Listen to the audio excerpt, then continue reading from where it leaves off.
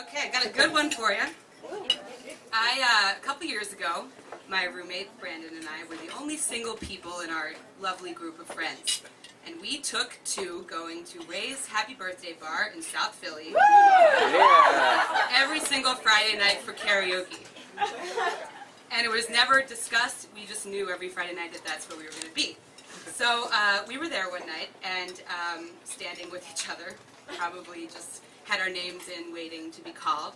And a girl sort of appears.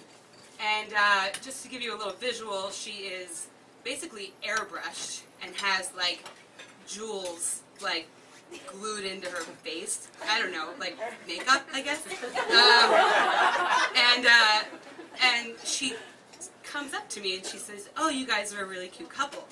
And I said, oh, you know, we're not a couple. Actually, we're both gay. And she says, "Oh, that's so funny because I'm gay too." And like, I'm not one to judge, but it just didn't really feel that authentic. So came to find out she was a stripper with an abusive boyfriend. We'll get to that in a minute. So we get to talking, and I ask her how much she makes. She makes a ton of money. And she starts hitting on me and saying like, "God, you're really beautiful." And, you know, I'm like, "You are also an attractive woman." You know? I didn't want to give her too much bait, you know, so I'm like, you're very pretty too. And then she's like, "God, I just can't take my eyes off of you," really laying it on there. And I'm like, "Okay, thank you. You also are the same. Samesies."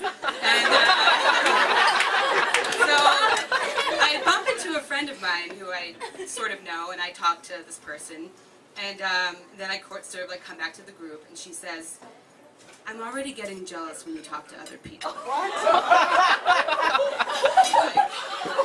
All right, when's my name coming up? I really want to do my Dolly Parton, get out of this situation. It's karaoke. Like, so I'm talking to my roommate. We're both kind of aware that this is she's latching on a little bit, and so, but we really want to sing.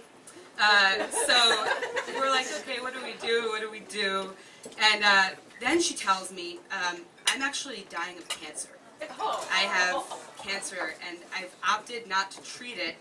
I'm just going to live my life and be happy, and whatever happens, happens." And again, not really one to judge.